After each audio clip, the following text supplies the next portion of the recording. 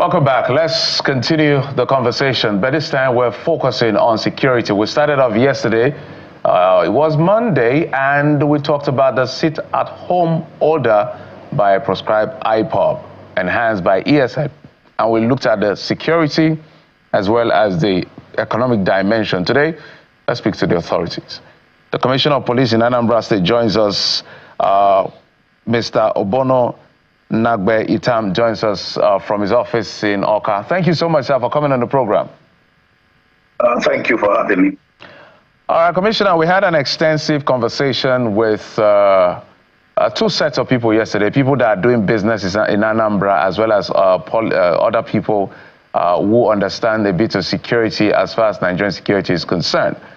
Maybe you bring us up to speed, but there was a consensus that the sit-at-home is still effective, is still being carried out, despite assurances from government. So maybe you give us an overview of how the police is handling all of this. Does the police also go out to work on Mondays? Thank you again, like I said, for having me. Absolutely, the police go to work on Mondays. Yes, I was saying. Go ahead, please. It's not the federal government that proclaimed the sit-at-home. And so we do our work like other federal agencies that are in the state. And of course, we encourage the people to also take back their space and not give credit to the so-called IPOB and those who are claiming that they want to establish the sovereign state of Biafra. So what we do, we continue with our patrols. We check all entrance and exits in the states. We work collaboratively with all other sister security agencies, the Army, the Navy, the Civil Defense, the road safety, the prisons. And over time, what we are actually praying for and advocating for is for the people themselves, to come out, go about their lawful businesses. And then those who have made these illegal decrees will know that the people are not supporting them. But as much as they continue to stay back on Mondays, people will think that they are succeeding.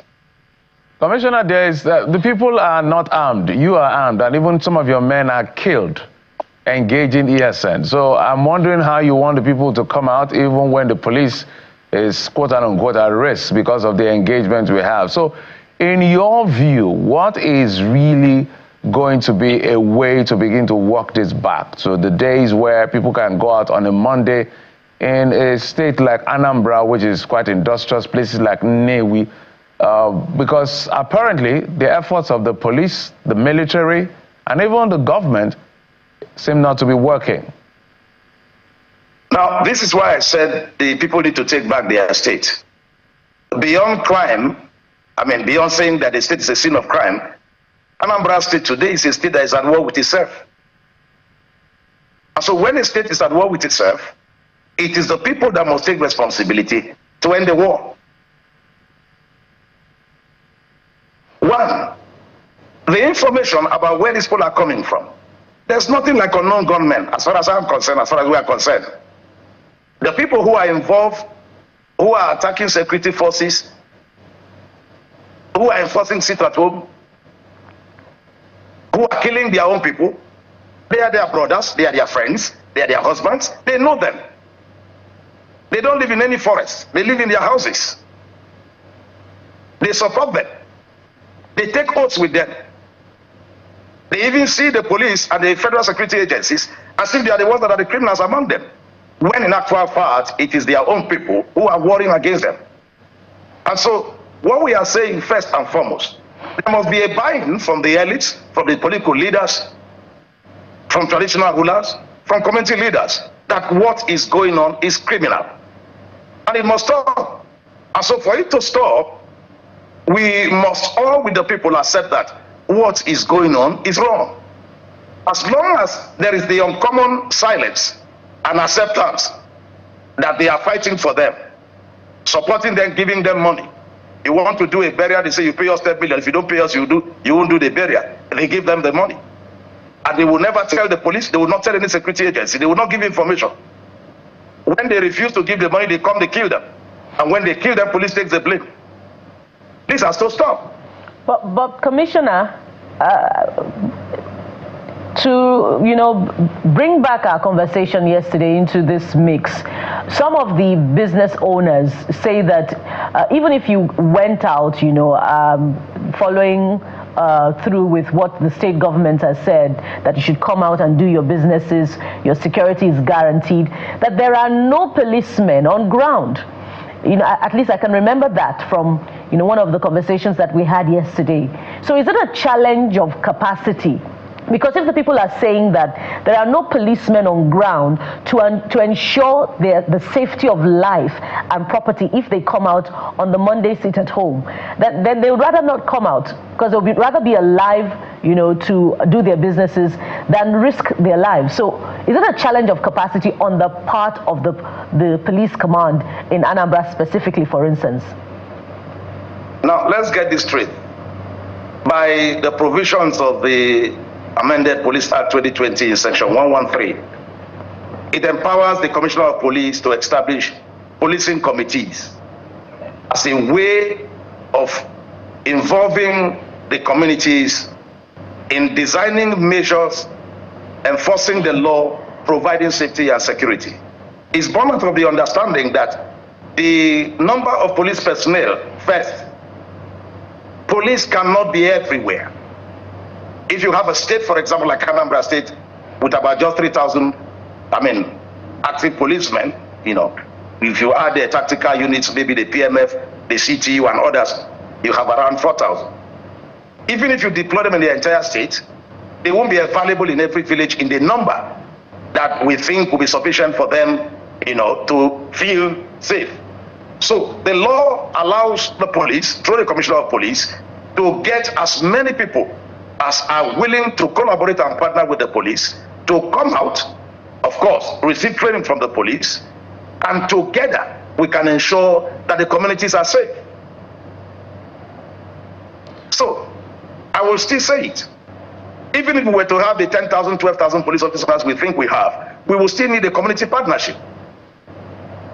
So, Honorable Commissioner, why do you think you're not getting that partnership? Because it may be a bit difficult to blame the people for whatever failure there is at the end of the day, because the Constitution empowers the authorities, which includes yourself as law enforcement officials, to be able to support and defend and protect the people, whatever term is convenient. So what is it that the authorities are doing to be able to, that is not working in terms of confidence building, that you think can be sorted out as quickly as possible? Because for us, people must go to work on Monday, but they must go to work when they know they can come back alive. Now, like I said earlier, we've held town hall meetings. We are still holding town hall meetings.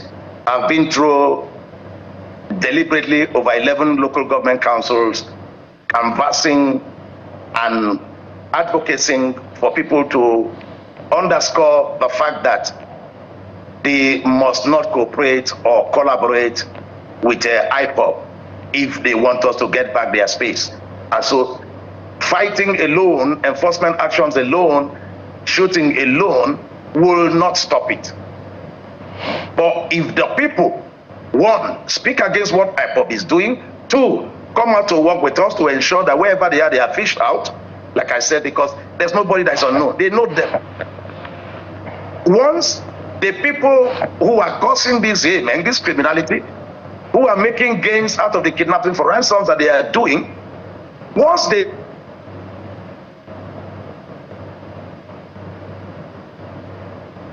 know that they are people, so government is... Oh dear. Oh dear.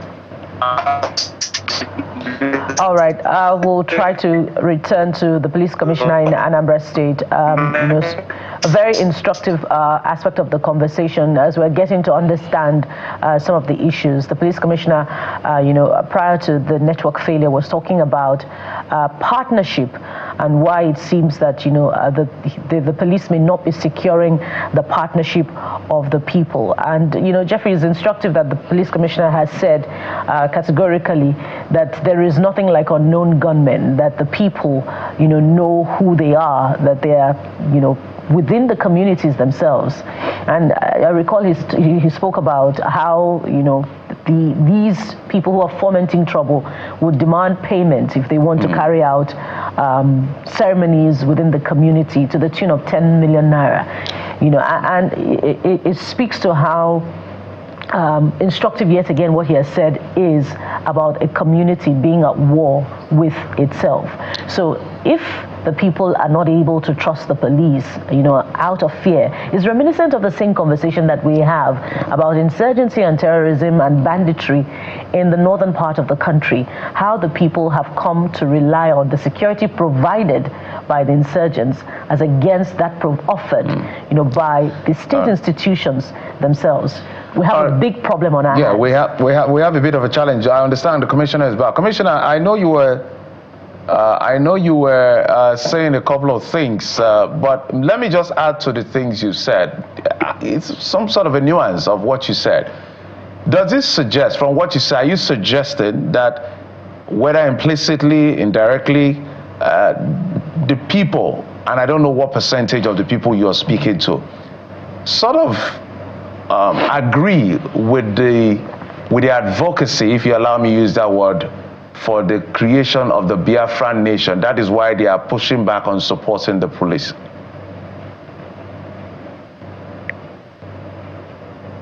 Now, when people are coerced because of fear, because of what they think their people will do to them, and like I said, because of the criminal oaths they take in shrines, those who even are not willing to support them keep quiet. And the conspiracy of silence, without looking at what percentages you may think, we've not done any referendum or any statistical calculation to know what percentage of people support or don't support. But let me repeat what I said earlier. The state is at war with itself. The people take oaths, go to shrines, not to tell the police who they are or what they are doing. I repeat, they support them. And for me, the most critical part of that support is their unwillingness to give information to the police about who these persons are. But they know them. Commissioner, do they support out of fear or any other reason that you can provide? I think if we do a survey, and I will ask if you like, the investigative journalists to help us on that, and those who do human rights and the rest of the thing, let them do a survey and find out why exactly are they supporting. All right. I'm sure the police has intelligence unit to be able to find out. Journalists will do our work, but this is your responsibility. Commissioner, just a moment, just a moment, Commissioner. It sounds like the way, as I listen to you, it sounds like you're saying, look, we have done all we can do. It is now up to the people. Is that what you're saying? Is that like the police giving up on their efforts? It's not the police giving up. We are continuing, but we insist. We need the buy-in of the community to succeed. 100%. Okay, so I'm sure the people are listening, and there can be progress made from this point. But amid this lack of partnership that you talk about, if the capacity of the police in Anambra State is, for instance, 3,000, perhaps the police may need more strategy in its deployment. How many markets are there, for instance, in Anambra State? What would you require as deployment to ensure the safety of the people, of the traders in all the markets in Anambra State? And that also speaks to the partnership that the police has with other security agents, the NSCDC, for instance, and the army officials in Anambra State as well. So is there a synergy between the security agents in that state such that the people can be assured of their security on Monday, if indeed the state government is saying, come out and do your business? The entire Anambra state is a marketplace. Every community, Anambra excels as a trading community. Everywhere you turn is a shop. So, yes, we have the army working with the police. Yes, we have the Navy working with the police. We have the civil defense working with the police.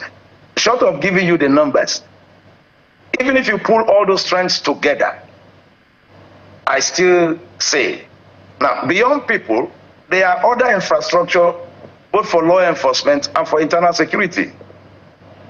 You need to have patrols. You need to have intelligence. You need to have all the exits and entrances covered. You need to have more like a blanket presence because, like I said, the unknown gunmen you talked about, like I told you, are not unknown. They don't come from one community. They are spread in the entire state. They are in different cells in the entire state.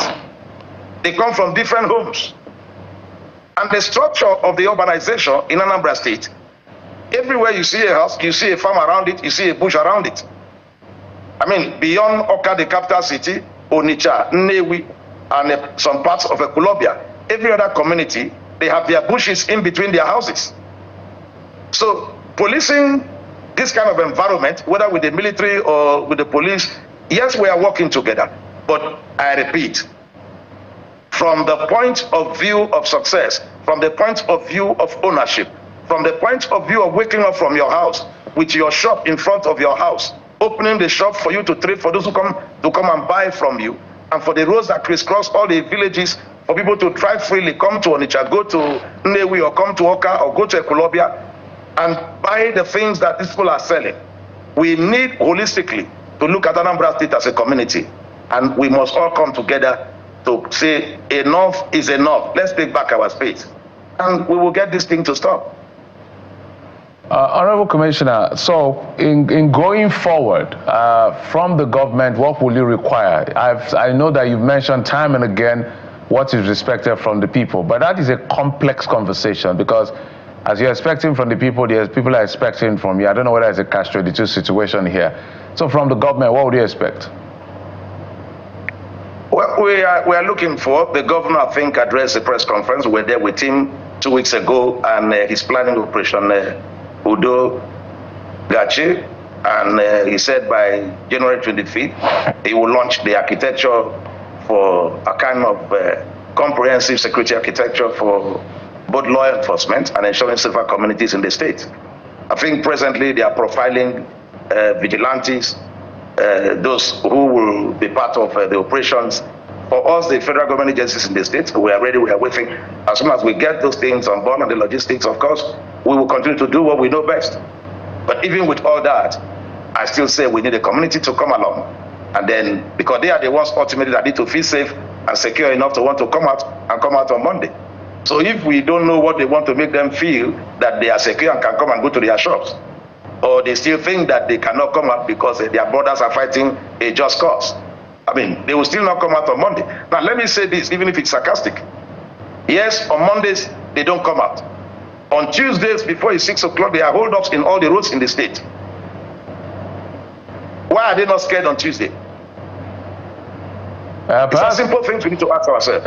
Perhaps it's because there's no announcement of a sit at home on Tuesday. They are sure they will not be attacked on Tuesday. Perhaps they are sure they will not be attacked on Tuesday. So maybe you will do that study. We can take that confidence going forward for all the days of the week. 24/7. Commissioner, we want to make sure that we don't get attacked and they don't get attacked. All right, Commissioner. But when they take pleasure that they are killing policemen, they clap hands, they kill soldiers, they rejoice and put it on social media. It's also not encouraging. We are human beings as well. It's a bit concerning how you're blaming the people almost throughout this conversation. But I know I need to blame them to come out. Okay, that is your strategy. Okay. I'm a commissioner of police. I've been here 8 months. But the number of those who have called me to tell me what is happening is absolutely ridiculous. I know those I've reached out to in all the sectors, among all the stakeholders. Again, Commissioner, we must reiterate that we need to get data on why you think that the police would rather, the people, would rather acquiesce with those fomenting trouble than trust the police to do their jobs. So, you have to be blamed at some point, not just the people. So everybody has a share of the blame. Commissioner, we must thank you for coming. We wish you well. We hope that 2025 will reverse that trend and get back to normal Monday, just like you said. We are working hard to reverse it. All right. Thank you. Is the Commissioner of Police. Excuse me. Thank you for coming. Bukola? Yes, from this point we move away from security matters now onto other issues. This time we'll look at the achievement of a young Nigerian who is making giant strides in a specific field outside the country. Stay with us, we'll be right back.